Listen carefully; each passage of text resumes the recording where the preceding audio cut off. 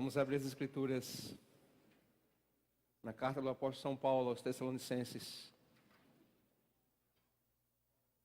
Os amigos que estão nas cadeiras de plástico, tem cadeiras mais confortáveis aqui, caso queiram ficar aqui, tá? Tem 2 lugares aqui, pode vir, querido, pode vir. É mais gostoso para sentar do que essas cadeiras aí. Fica à vontade, vem aqui, queridos. Fica à vontade. Nada, querido. Primeira carta do apóstolo Paulo aos Tessalonicenses. Nós estamos pregando essa série já há algumas semanas. E a gente vai andar um pouquinho hoje. Nós que estamos no tempo do Advento. O Advento é a vinda do nosso Rei, nosso Messias, o nascimento de Cristo no mundo. Então nós estamos em mais um domingo do Advento. Nós vamos hoje mais uma vez nos deleitarmos nas Escrituras que Ele nos deixou. Para tanto, vamos ler 1 Tessalonicenses 4, mais uma porção, vamos ler do verso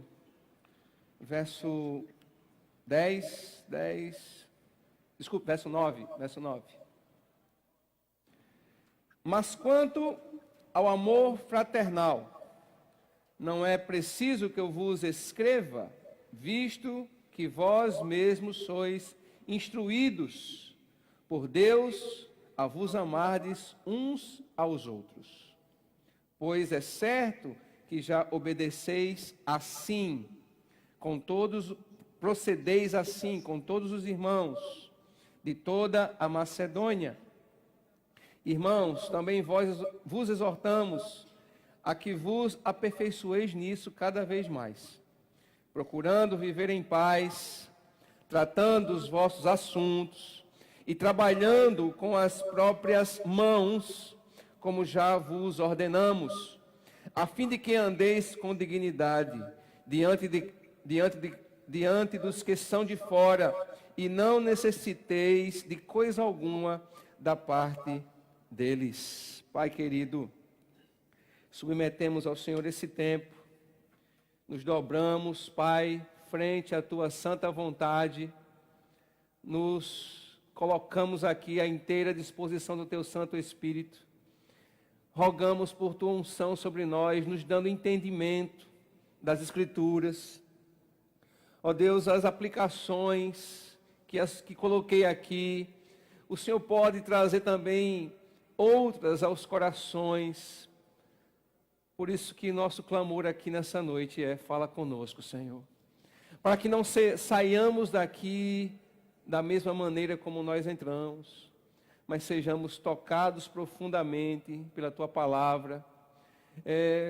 Saímos daqui, ó Pai, incentivados, exortados pelo Teu Espírito Santo, a vivermos as Escrituras, para que possamos Te honrar da maneira que o Senhor quer ser honrado. Para isso pedimos a Tua ajuda, Pai, em um nome santo de Jesus. Queridos irmãos, eu preciso lembrá-los, que Paulo tratou da primeira parte desse capítulo sobre a sexualidade. Ele fala da pureza sexual que um cristão precisa ter, e nós abordamos aquele contexto lá. Mas a conclusão dos versículos 1 ao versículo 7, ele vai dar aqui no verso 8. Eu vou começar do final para ingressar na mensagem de hoje. Porque ele vai dizer que tudo aquilo é possível ser vivido, ser observado. Deus nos deu aquela direção, aquelas leis, porque Ele providenciou o meio pelo qual cada cristão poderia seguir aquilo, que fora a pessoa do Espírito Santo.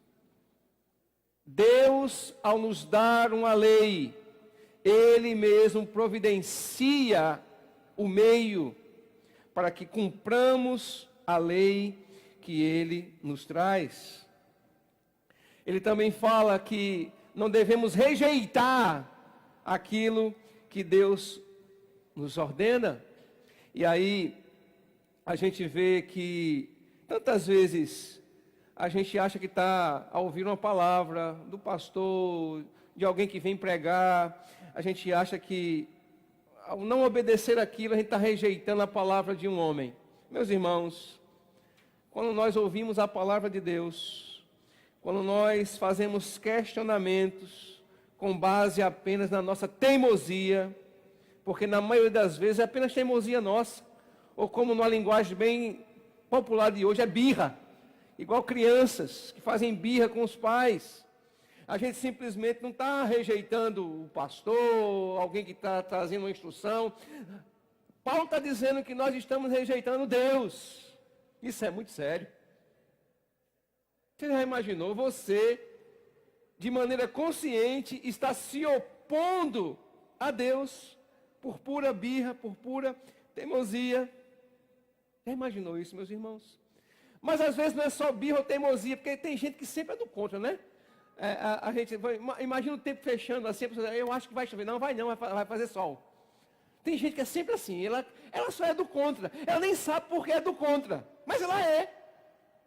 Mas isso pode ser um pecado ainda mais elaborado, que é o pecado da rebeldia. E aí a coisa engrossa mais um pouco, né? Porque não é só teimosia, é rebeldia. E qual foi um dos primeiros que se rebelou contra Deus nas Escrituras? Quem foi, gente? Foi. Satanás é um dos rebeldes, um dos primeiros rebeldes. Imagine, eu e você sermos identificados como rebeldes. Você imaginou isso? Que coisa triste. Então, cuidado com a oposição que às vezes a gente insiste em ter com relação à instrução da palavra de Deus, com o conselho que Deus está nos trazendo. Está aqui no versículo 8. Nós não lemos hoje, mas eu precisei fazer essa digressão para a gente continuar compreendendo o contexto que ele está falando. Aí, fazendo isso, me lembrei de 1 Samuel, capítulo 8, versos 5 e 7. Não precisa você abrir, não. Mas a história ali é quando Samuel já está velho, ele coloca os seus filhos como juízes, e as pessoas então vão rejeitar Samuel, e diz assim: tu já estás velho, e os teus filhos não andam nos caminhos. Queremos, como as outras nações, um rei que nos governe. Aí parece que certamente Samuel ficou muito aborrecido, muito chateado. E aí Deus vê o coração de Samuel, que estava aborrecido, estava chateado, e Deus disse assim: Samuel, meu filho, atenda-os. E outra coisa, Samuel, eles não estão rejeitando você, não. Eles estão rejeitando a mim. Você já imaginou isso? Não é você que eles rejeitam. Eles estão rejeitando a mim como rei deles. Mas eu vou atendê-los. Dê a eles o rei que eles querem. Então, muitas vezes, queridos irmãos, nós agimos exatamente como aquele povo, rejeitando não a Samuel, mas a Deus. E aquilo trouxe sérias consequências para o povo. Por isso a recomendação de Paulo para não desprezarmos as Escrituras. Porque ao desprezar as Escrituras, a teimosamente nos opormos a uma instrução pastoral, a lei de Deus, nós estamos nos opondo contra o próprio Deus. Verso 8, parte B. Gente, a gente se coloca contra Deus, a gente se opõe contra Deus. Até porque qualquer pastor, quando traz uma instrução, ele não tem um telão lá em casa apontando as mazelas de ninguém, não, gente. Deus me dá sonho, pode até acontecer, mas eu geralmente concluo que sonhos, como diz a Escritura, são sonhos e nada mais. Sonhos são sonhos e nada mais.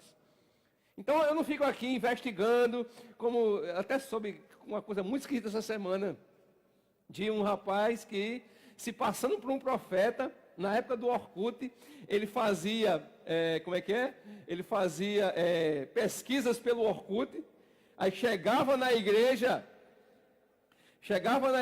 e dizia assim, ó, Juraci, e as pessoas,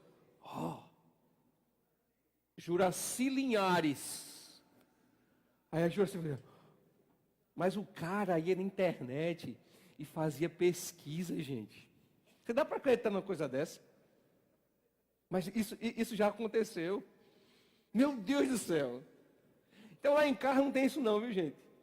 Então quando a gente traz uma instrução, eu queria que você considerasse que pode ser Deus falando ao seu coração. E rejeitar tal instrução é rejeitar somente a pessoa do Espírito Santo. Meus irmãos, Deus dá dele mesmo para que nós cumpramos a sua vontade. Ao falar, ao instruir, ele já providencia o Espírito. Ele mesmo, para nos auxiliar, para que a gente cumpra a sua vontade, ande em seus caminhos, visando um só propósito, a sua glória. A glória dele mesmo, porque tudo que ele faz, tudo que ele promove, visa a sua glória, não é o seu bem-estar, não é a sua alegria, não é a sua felicidade. Essas coisas, elas vêm como consequência de uma vida que exalta a Deus, que glorifica a Deus, que vive para honrá-lo.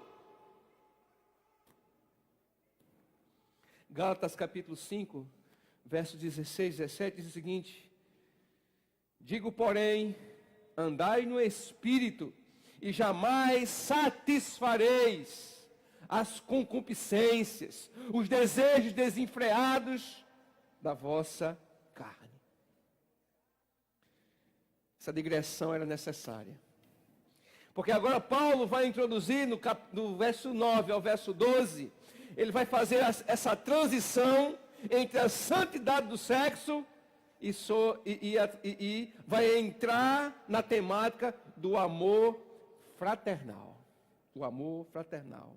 E Paulo, para variar de maneira brilhante, ele faz um divisor nessa sessão e ele deixa ali, transicionando entre uma parte e outra, a figura central do Espírito Santo. Ele está nos dizendo, na sua elaboração da carta, que tudo para ser vivido e obedecido só pode ser feito pelo poder do Espírito Santo.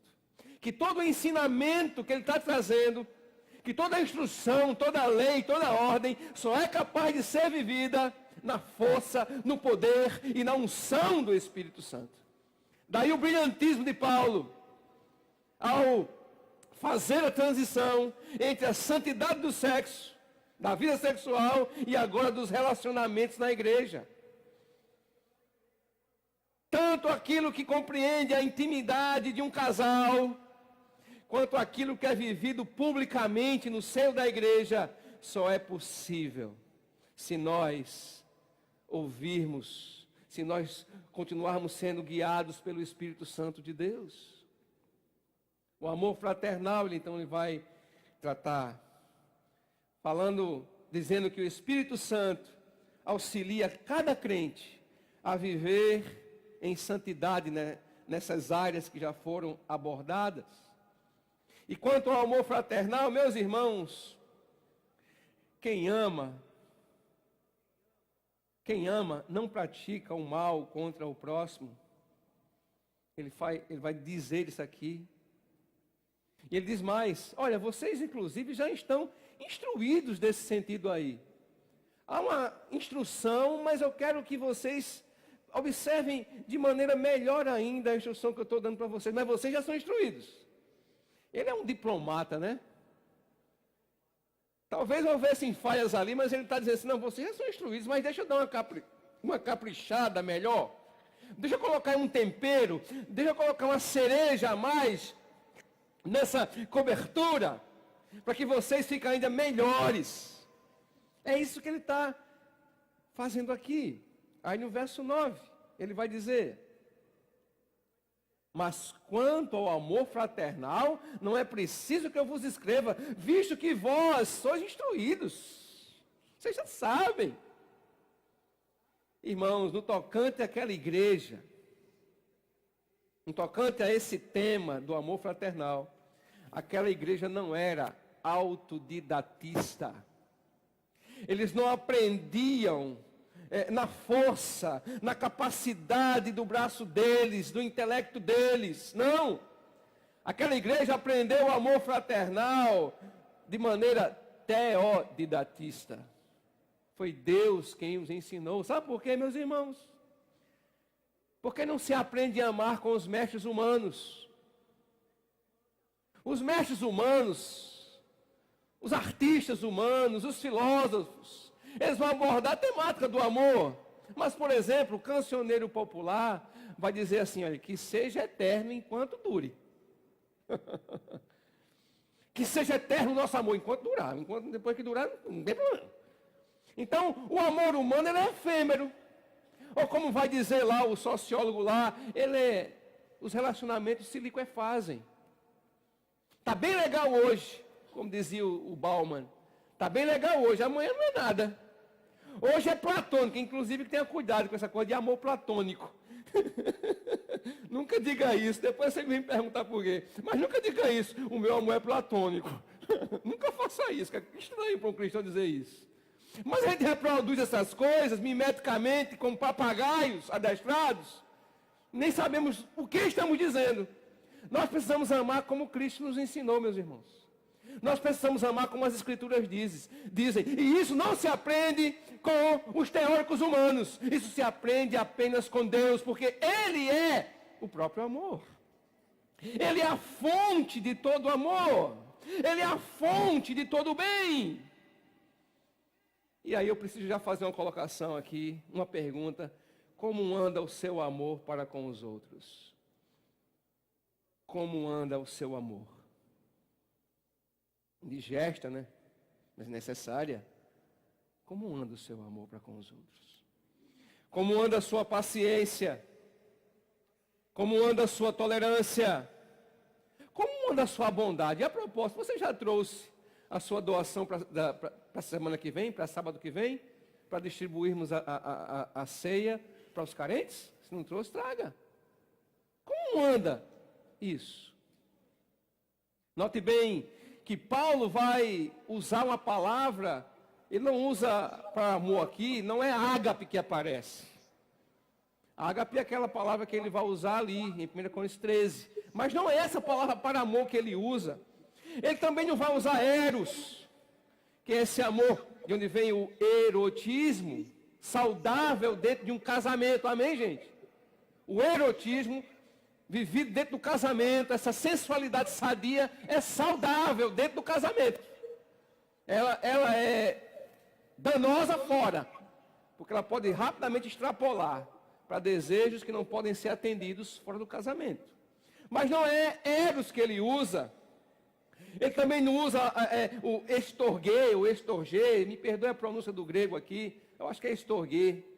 Ele não usa essa palavra, que representa, né, o amor, se não me engano, familiar, parentesco. Ele não usa também a coisa da filia, esse amor que, né? Ele usa filadelfia. O amor que a igreja precisa ter é o amor de irmão de sangue. Quem tem irmão aqui?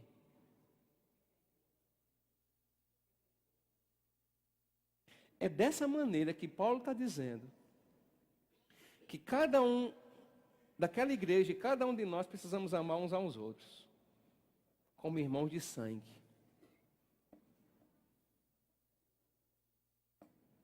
Irmãos de sangue.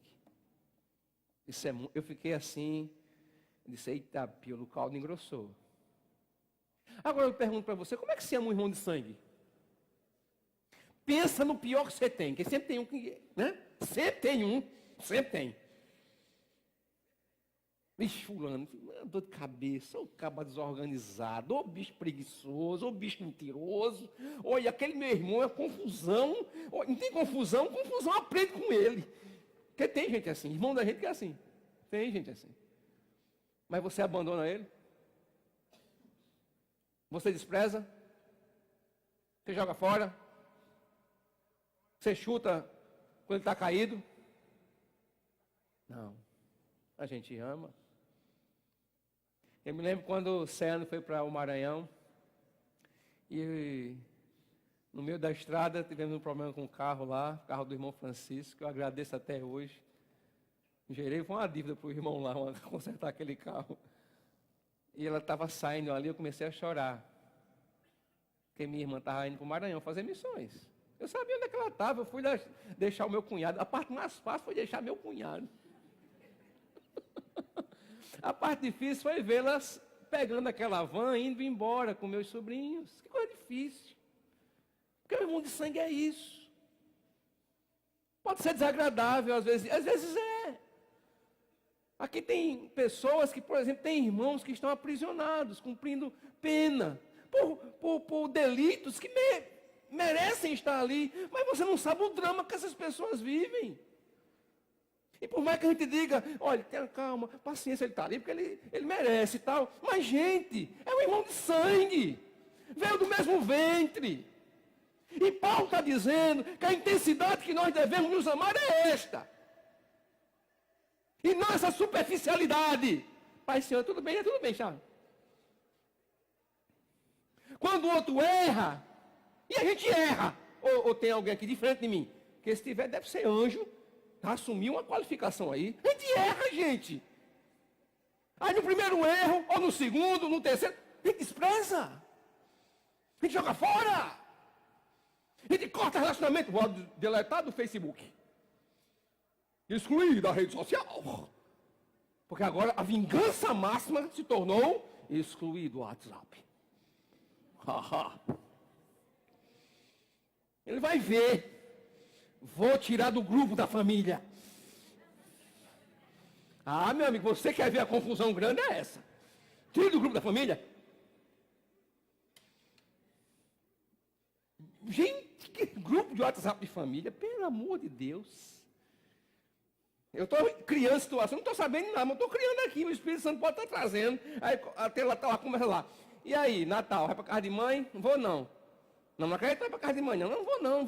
Não, tem que ir para casa de mãe. Aí convence o cara, não, tá bom, então eu vou para casa de mãe. É para levar o quê? Eu vou levar arroz. Tu é muito miserável também, só leva arroz. Todo mundo leva arroz. Sabe, gente?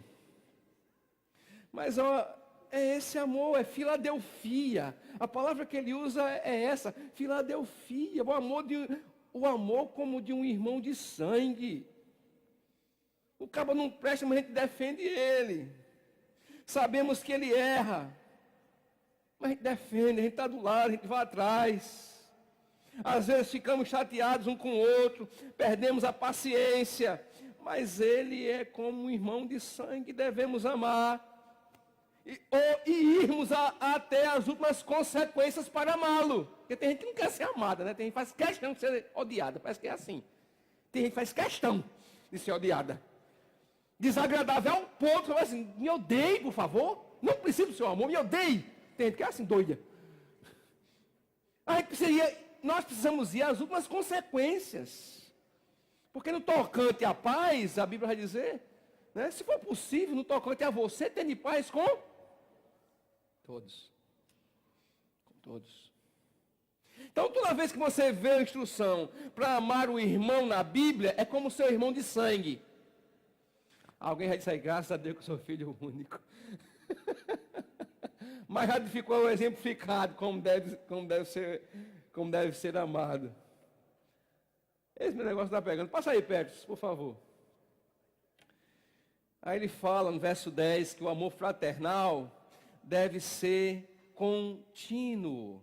Deve ser contínuo e crescente. Pois é certo que já procedeis assim com todos os irmãos de toda a Macedônia. Irmãos, também vos exortamos a que vos aperfeiçoeis nisso cada vez mais. O amor fraternal, esse amor de irmão que eu e que você precisamos ter, ele precisa ser contínuo e crescente. Ele deve ser aperfeiçoado com essa dinâmica na nossa cabeça. Aquela igreja amava os da própria igreja e amava os de fora. Amava os de outras igrejas na mesma intensidade, a ponto de enviar ajuda ou acolher na própria casa deles aqueles que aportavam ali. Pergunta: será que você é capaz de amar alguém que nunca viu, porque eles amavam pessoas que eles nunca viram. Eles mandavam ofertas para outras igrejas da Macedônia e fora da Macedônia, para serem socorridas. Você é capaz de amar a ponto de trazer uma doação para sábado a gente levar para os moradores de rua, gente que você não conhece? Você tem essa capacidade? Eu sei que você tem, que eu já vi isso acontecendo nessa igreja. Todo ano acontece isso, graças a Deus. Pois bem, aqueles irmãos amavam. Aí é importante lembrar que em Tessalônica havia um porto comercial muito importante. Aquela igreja provavelmente acolhia outros irmãos que iam visitar a cidade. A hospitalidade era e ainda é uma virtude muito requisitada e recomendada, tanto na igreja primitiva quanto em nossos dias. Hospitalidade. Nunca perca a oportunidade de acolher alguém na sua casa. Eu sei, a gente dá mil em desculpas, né? A casa está suja, o lençol está velho, a toalha está velha. Não tem onde dormir. A gente dá tanta desculpa para não ser hospitaleiro, né? E a gente não entende que a gente está desperdiçando uma oportunidade de Deus.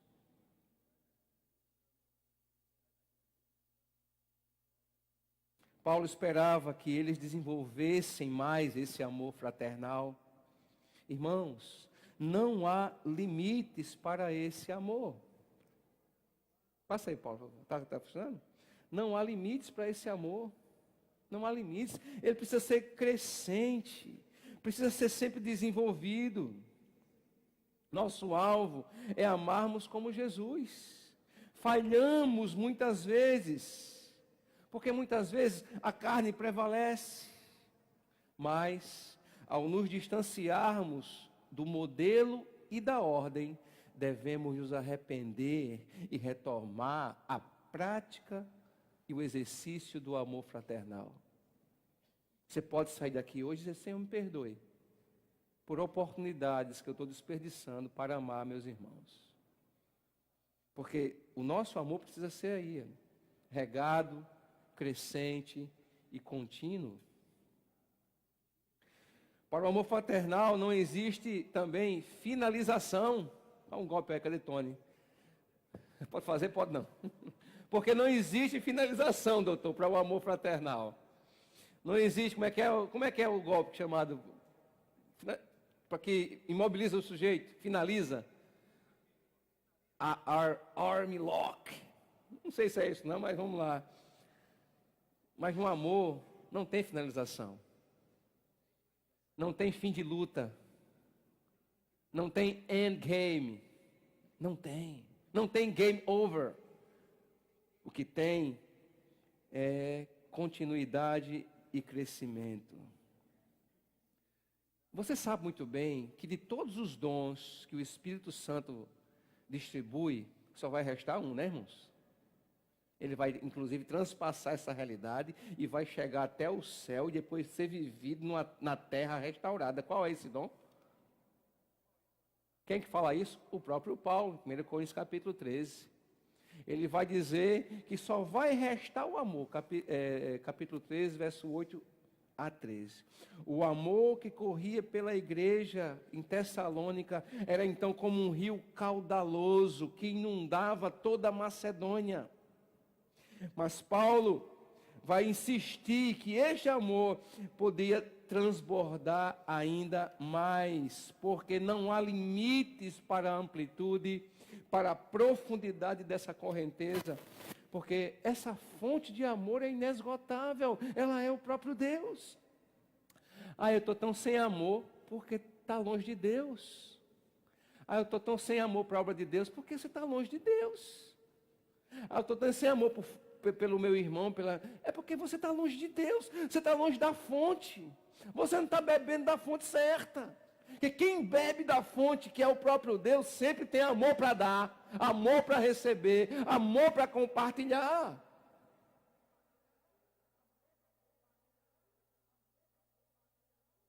nos versos 11 a 12, Paulo vai falar do bom testemunho que é necessário ter com os de dentro e com os de fora. O cristão não tem apenas o compromisso de amar os irmãos, mas também deve dar testemunho aos de fora da igreja. Entre outras coisas, aí ele vai abordar a questão das finanças. Entre outras coisas, o crente deve ter uma vida financeira controlada, uma vida financeira que ele possa não trazer prejuízos para quem quer que seja. Ele precisa ser organizado nessa área. Infelizmente, alguns irmãos não haviam entendido a doutrina da segunda vinda de Cristo e abandonaram seus trabalhos com o propósito de ficar esperando a segunda vinda. Olha que beleza. Jesus vai voltar amanhã, pedir demissão hoje, vou torrar a grana, porque Jesus está voltando. E não vou levar dinheiro para o céu. No céu não precisa. Lá, arroz de ouro. Então, esses irmãos interpretaram de maneira errada a parousia, a vinda de Cristo. Então, largaram seus empregos, abandonaram suas propriedades, venderam seus bens.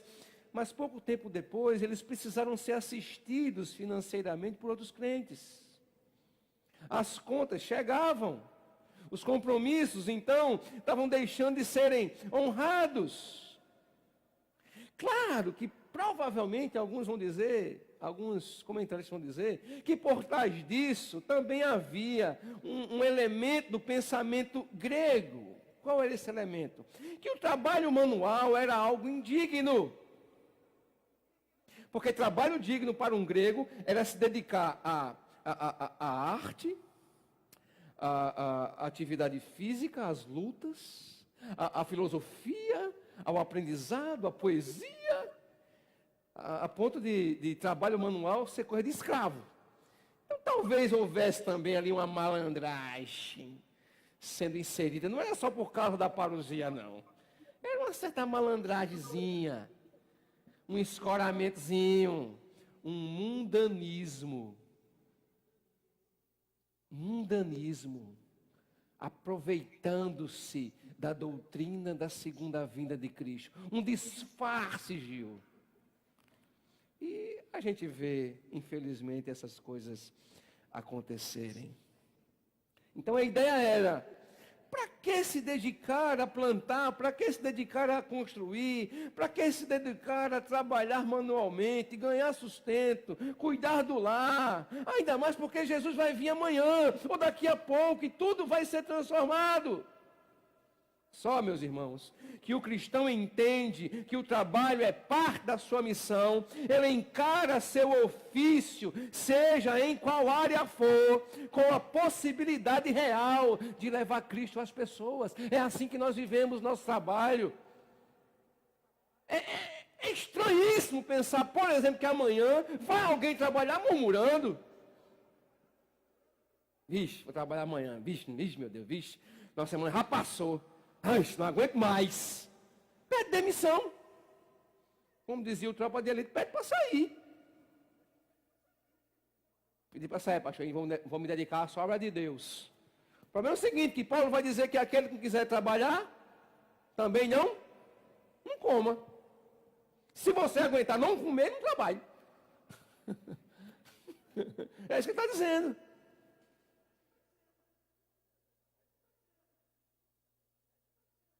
A outra questão, como já disse, né, os gregos valorizavam a questão do comedimento, e aqui tem uma fala também assim, aqui para não ser intrometido, né, para aquela igreja não ser intrometida, ela ser comedida, ela ser tranquila, ela não andar ostentando, ela não tá se metendo em conversa dos outros, ela não está se colocando em lugar de destaque. Aqui também vai ter uma fala nesse sentido, né? Porque os gregos, eles valorizavam, né, as atitudes sensatas e comedidas. O que é um contrassenso, porque esse povo tinha uma vida sexual completamente desregrada. Mas você provavelmente já viu estátuas de heróis gregos, nus. Alguém já viu alguma estátua? Está lá o herói grego nu. Geralmente, a genitália é muito pequena nessas estátuas. Tem um propósito. Sabe qual era? Era para demonstrar que aquele herói era comedido na sua vida sexual. Ele só tinha 4 ou 5 amantes. Mas quando você vê uma estátua de um herói grego, de um deus inclusive despido, que você olhar a genitália desproporcional, por trás daquilo é isso. Eles queriam expressar que eram comedidos nessa área. Um contrassenso muito grande. Mas é engraçado que Paulo se utiliza disso. E vai dizer, sejam comedidos. Você não entende que é necessário ser comedido? Eu estou ensinando da maneira correta. E a maneira correta, como eu já lhes disse no capítulo 2, verso 9, é que eu mesmo trabalhei com minhas próprias mãos, para não ser pesado para vocês. Então Paulo está destruindo os conceitos mundanos, pagãos, as mentiras, os sofismas que eles haviam introduzido dentro da igreja, com a ideia de não, vamos esperar Jesus. Além de uma vida financeira controlada, um cristão, ele não deve ser, como disse aqui, bisbilhoteiro nem exibicionista. Verso 11, leia aí o verso 11, querido, por favor. Procurando viver em paz, tratando os vossos assuntos e trabalhando com suas próprias mãos, como os já ordenamos. Tem outra tradução aí? Alguém tem NVI? Leia, Bruna.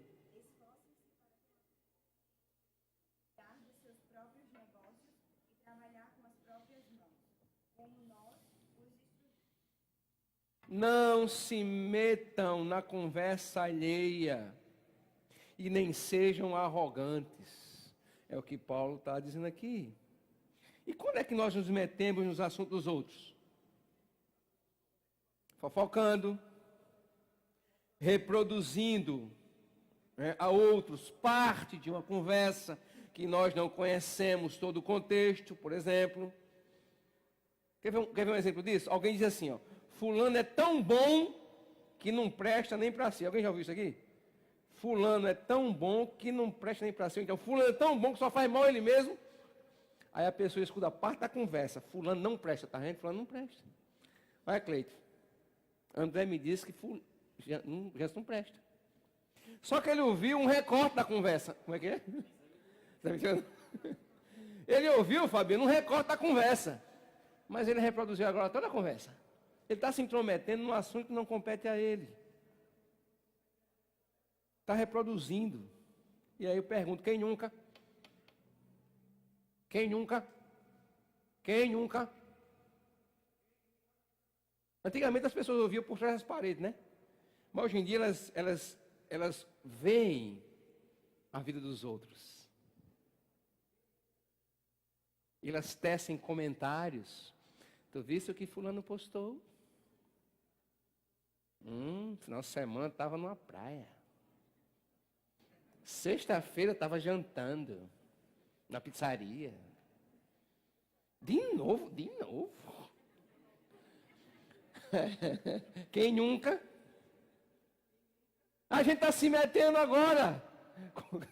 Com quem é que está rindo aí? A gente está se metendo na vida de um do outro agora com a maior naturalidade do mundo. Mas também está se expondo na maior naturalidade do mundo também, né? Só que Paulo recomenda não se meter na vida dos outros, nos assuntos dos outros, nas conversas dos outros, como ele também recomenda sermos comedidos, não exibicionistas. Qual era a ideia aqui? Que aqueles irmãos não deveriam se colocar em posição de destaque, fazendo comentários, no contexto aqui, se intrometendo na política. Nesse contexto aqui era isso. Porque geralmente aquilo era trazido para a sua autossatisfação. Até as expressões de generosidade que promoviam o indivíduo não deveriam ser feitas. O pastor chegava assim, gente, quem pode dar um panetone? Aí o irmão falava, pastor, eu trarei 50 panetones.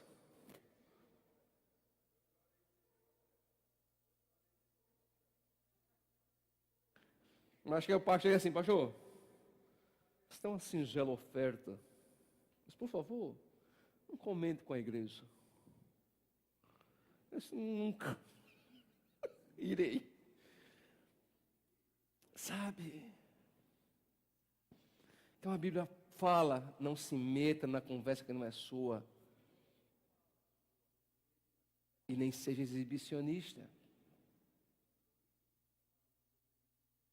Não reproduza conversa que não lhe compete. Mas hoje, como eu disse, a exposição nas redes sociais, os comentários que são feitos, e às vezes não tem qualquer contribuição de crescimento para o crescimento dos outros. Quem nunca, gente? Quem nunca fez um comentário que não tem nada a ver, nada à tua conta?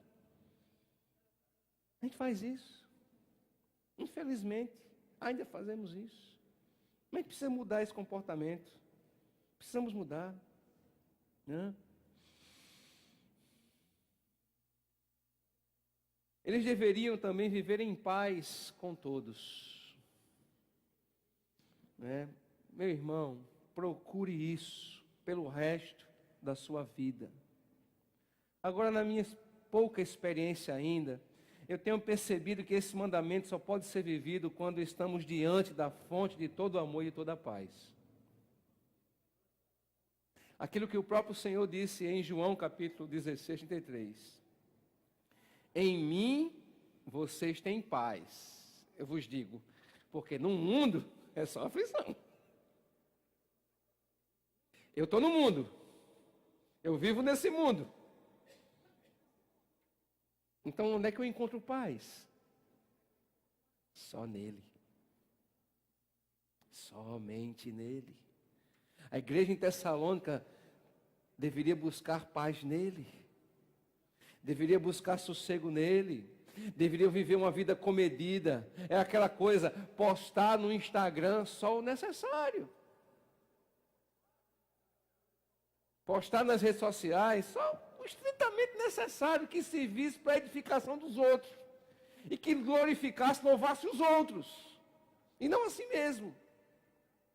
Mas nós estamos perdendo a percepção bíblica de uma vida santa. Porque isso não é uma vida santa. Paulo está nos dizendo que essa exposição, esse exibicionismo, não é exibicionismo não, é apenas demonstração da minha felicidade. A gente é perspicaz demais para dar desculpa. Nós temos mecanismos de defesa fantásticos, né? Como diz ali naquele filme A Ilha, quando o cara vai interrogar o outro, aí o psiquiatra fala assim, mecanismo de defesa fantástico, analisando o cara. Nós somos assim, né, gente? Mas esse não é um padrão bíblico. Esse não é um modelo bíblico. Paz, a busca da paz. Essa paz não está no dinheiro, na carreira, em amigos, em nossa reputação ou no nosso desempenho. Não está na realização de um sonho, seja ele qual for. E um cristão jamais podia assim, eu tenho um sonho de consumo. Isso é muito triste para um cristão dizer, viu, gente? Eu tenho um sonho de consumo, pastor. Eu falo, que tristeza. Eu nunca vi ninguém assim, eu tenho um sonho de generosidade. Alguém já ouviu? Quem já ouviu um sonho de consumo? Nunca vi, diga. Eu tenho um sonho de generosidade, pastor. Qual é? Eu quero me tornar um modus image dessa igreja. Glória! Nunca ouvi, nunca. Mas eu escuto sonho de consumo. Que tristeza, hein, irmãos? É muito triste como o mundanismo se disfarça. Inclusive sonhos legítimos muitas vezes. Mas, meus queridos, nossa paz e a paz que os tessalonicenses precisavam viver, ela só seria encontrada no príncipe de toda paz, no doador de toda a vida, na fonte de todo amor. Sabes por que vives tu sem paz?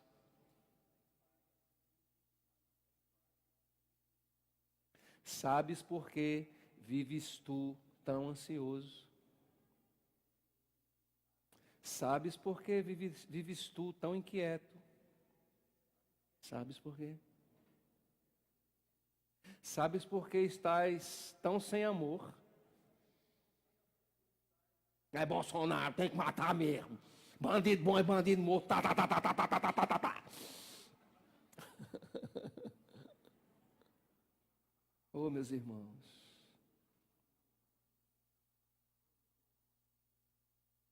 Imaginou se tivesse um telão, toda vez que a gente falasse ou pensasse essa besteira, e Jesus mandasse um emoticon pra gente? Como é que seria esses emoticons? Nem conversa doida. Não está aqui no script não. Às vezes quando vem uma doidiça dessa, pode ser um espírito. Não imaginou? Cada fala, cada gesto, cada pensamento, Jesus mandasse uma carinha daquela. Vem cá. No WhatsApp celestial estaria assim? Ou só era assim?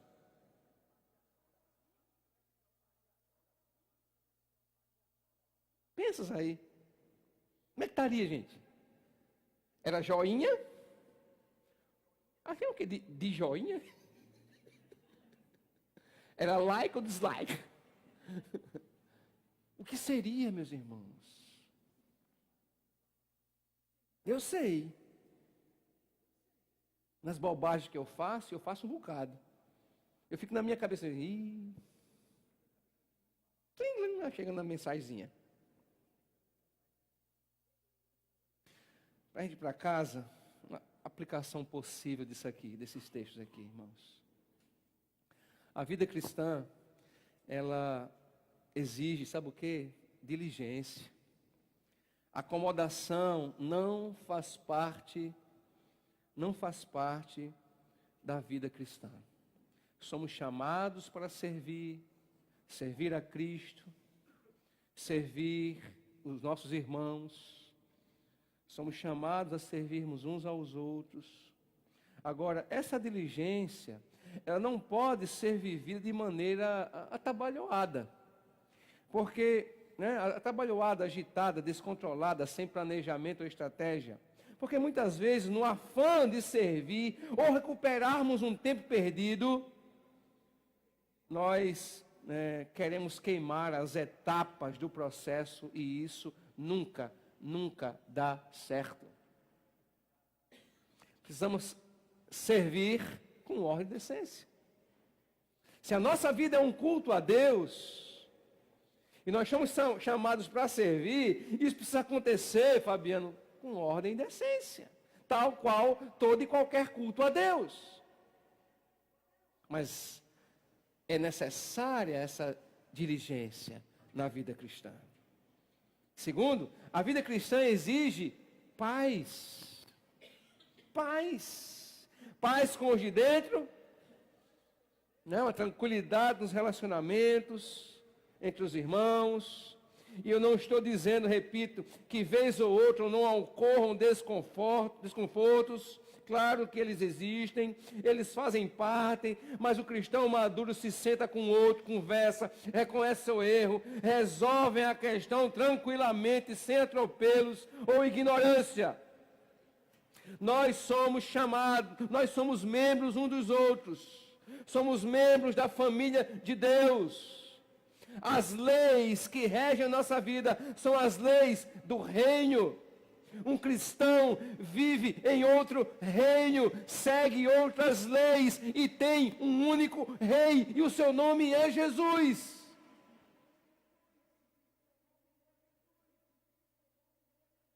E finalmente, a vida cristã exige um bom testemunho. É crucial que andemos com todo cuidado, com toda sabedoria e sobriedade, especialmente para com os de fora. Meus irmãos, essa mega, hiper, ultra exposição nas redes sociais não são saudáveis. Não é saudável, desculpe. Às vezes é mero exibicionismo, ou um reflexo, presta atenção nisso, ou um reflexo de um transparecer daquilo que nós não somos, ou gostaríamos de ser. mas por ali eu pareço ser. Já parou para pensar sobre isso? Paulo recomenda não sermos assim.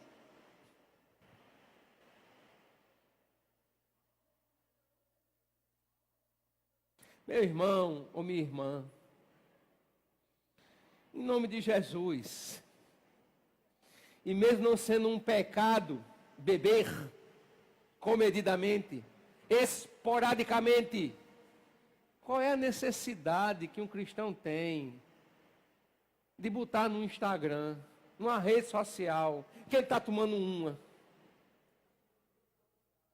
O pastor fica lá assim em casa, a moléstia dos cachorros. Qual a necessidade disso? Eu não entendo isso, gente. Qual a necessidade de uma moça cristã estar com micro short, fazendo com que o glúteo transpareça para milhões de pessoas na rede social? Para que, gente? Sério, para que isso?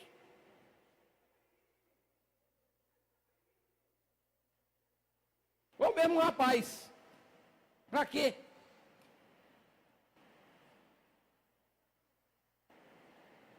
Não fica bem, gente. Meninas, postar foto sensual, já vimos que é um pecado.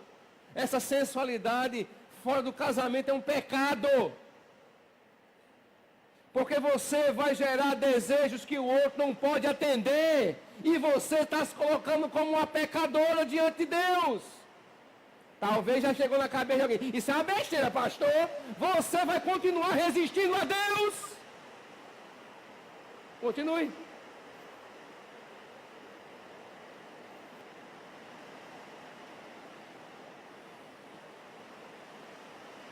Vamos ficar de pé.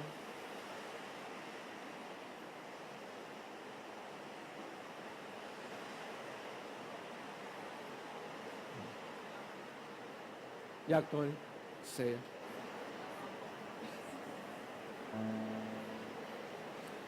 Meus irmãos, talvez, e aí eu queria um momento agora para conclusão e reflexão. Talvez tenhamos nos identificado com faltas nessa noite. Talvez tenhamos visto em nossa consciência a mãozinha assim, ó. Talvez. Talvez. Porque o Espírito Santo nos confronta. E quando nós somos confrontados dessa maneira, Deus quer promover algo em nós. E é o seu perdão. E é a paz em nossa consciência, em nosso coração. Então nós temos a oportunidade de sairmos daqui hoje perdoados, em paz com Deus. Pedirmos perdão por uma vida financeira desordenada, que inclusive tem comprometido outros. Porque quando você compra e não paga, você comprometeu alguém. Alô, como diz o bispo Walter, alô. Aqui eu vou dizer assim, ei. Quando você compra algo de alguém e você não paga, você está comprometendo o irmão. Eu tenho um serviço de internet do irmão Ali Osman, por exemplo. Aí eu contrato o serviço do irmão e eu não pago o irmão. Olha, que coisa bonita. Gente, eu estou aqui dando suposições. Por favor, irmão Ali Osman nunca viu para mim. Tem gente na igreja devendo. Não, graças a Deus não. Nem vai fazer isso que eu não sou cobrador. Louvado seja Deus, nem sou SPC espiritual. Mas seria triste demais. Seria triste demais. Então, chegar na loja do irmão Francisco, comprar uma sandália e... Seria triste demais, ficar devendo o irmão. Ou na loja do irmão Marcos. Ou com Fátima, de Dilson. Ou com quem? Com Mariana, do Salão de Beleza. Ou com o João da Mix lá. Seria triste demais? Você imaginou uma coisa dessa? No meio da igreja, um bocado de veaco. Aqui não, só na França. Aqui não. Mas a advertência que Paulo traz visa isso. Um equilíbrio da vida financeira. Um amor fraternal crescente, progredindo, contínuo. E paz. Não ser entrão na vida dos outros. Não reproduzir conversas pela metade. Não ser exibicionista. Está tudo aqui, gente.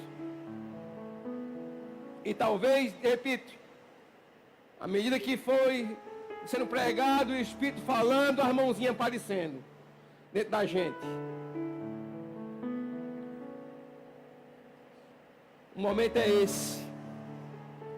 E dizermos, perdão, Senhor. Me perdoe. Eu tenho errado. Eu tenho falhado. Eu recebi um bocado de mãozinha. No Instagram, o cara aperta uma palminha, um bocado de palminha, né? Não é assim, né? Talvez hoje você apertou as mãozinhas. Mas eu e você podemos sair daqui perdoados, lavados e remidos do sangue de Jesus. Ao tomarmos dessa ceia hoje, antes de ingerir, diga a Deus, me perdoe, Senhor. Me perdoe. Me ajude a consertar isso. Eu sei que isso é possível se o Senhor estiver participando disso dentro de mim. Me ajude. Pode distribuir os elementos.